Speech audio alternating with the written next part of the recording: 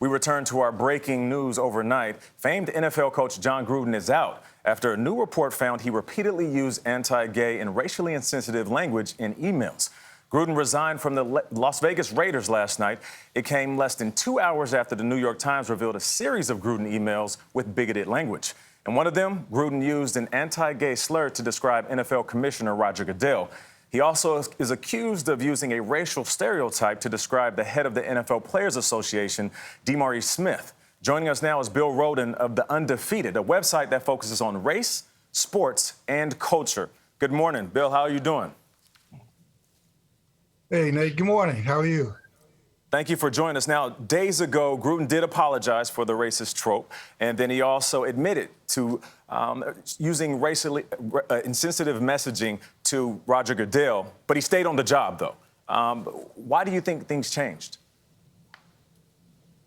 Well, you know, it was one thing to, I think when it was just about DeMaurice Smith, if it would just been kept at that, maybe he could have gotten the pass. But after the Times revealed, not only was it about race, but he was homophobic, he was misogynistic.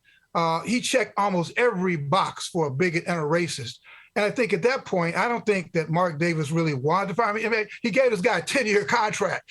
I don't think he wanted to, but he just had to. You can't have a guy like that patrolling your sidelines, particularly at a time when the NFL is talking about diversity and Black Lives Matter. You can't have a guy like this on your sideline, even though what he wrote was about 11 years ago. So they had to make this move. And frankly, I was not stunned by the fact that Gruden would be this kind of person.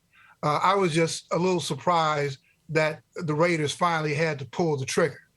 So, Bill, why were you not surprised that Gruden might be this kind of person behind closed doors? Because I'm thinking Mike Tirico and Tony Dungy, two of his colleagues, said on air in the immediate aftermath that they had never seen anything from him like this. And if people knew, it raises the question of why was he employed for so long? Well, of course. I mean, he wouldn't say those kind of things to Dungy and Tirico. You know, he would refer to the size of their lips or their nose. People like who are bigots, they don't say that stuff to you. You know, so I don't think that Tirico or Dungy would see that part of him. But clearly, and this is my concern going forward. You know, Gruden had a group of enablers, and we've all been around these kind of people, tell the racist jokes. Talk about women among their cadre of friends and circles who enable them. So I'm just concerned with, I like when the NFL, as they go through these emails, who did he write these to and what was their reaction? Bruce Allen, who was the president of the Washington football team, you know, what was his response when he talked about, DeMaurice's lips? Did he joke? Did he say LOL? You know, so moving forward, I like to round up all the enablers because, face it, Nate, a lot of these people are executives and probably hold high positions in different industries. They're the ones who determine who gets hired, who gets promoted. He mentioned that he thought that, the cornerback who's out the league now, who continued to kneel, he said that he should be fired.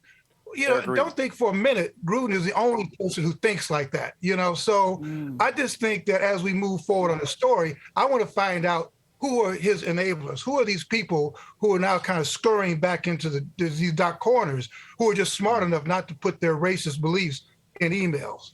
Yeah, you touched on it briefly, which leads me to my question. What does the NFL need to do? And is change possible? You know, the NFL and Roger Goodell in particular spend a lot of time saying there's no place for this kind of behavior. We won't tolerate it. And this is what we're going to do. Well, Gayle, we've talked about this so much. It's hard to change people's hearts, what's in their hearts. This was clearly in Gruden's heart and soul. He was just stupid enough or emboldened enough to put in an email. How do you root out this kind of stuff? In the past year, we've had people we thought were allies saying things when they didn't think the tapes were rolling, that sort of betrayed their real feelings. So how do you out this kind of stuff? I don't know. Maybe you just want people just to keep their bigotry to themselves. Again, that's, like I said, Gruden just sort of served himself on a platter. But I think it's the thing to me is just the enablers, those people who enable these types of people. But how do you root it out? That's the $1 million question. How do you change people's hearts? Bill, thank you for joining us, and thank you for not holding back. We appreciate you.